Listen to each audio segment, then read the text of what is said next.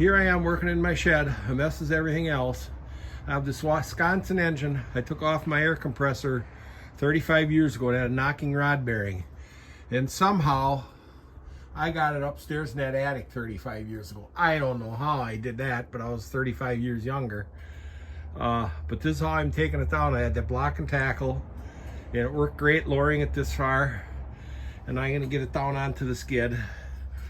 My brother-in-law and his son need a piston and rings, exhaust manifold, and maybe some various other parts to fix the engine on their log splitter.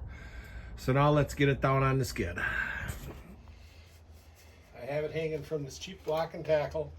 I know I didn't have that when I put it up there, but it's sure working great for taking it down. Now let's see if we can get it down here on the skid.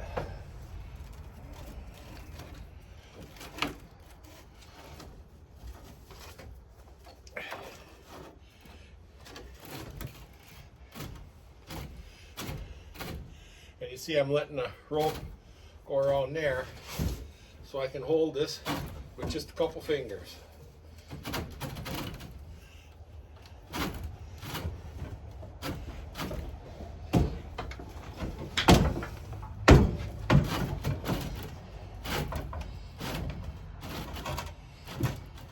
And I just had enough traffic.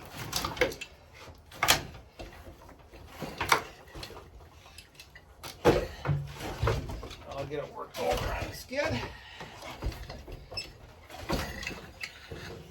Take it outside.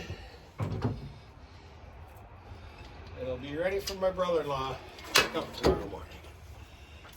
So there it is. That's why I never throw anything away. You never know what parts you might need.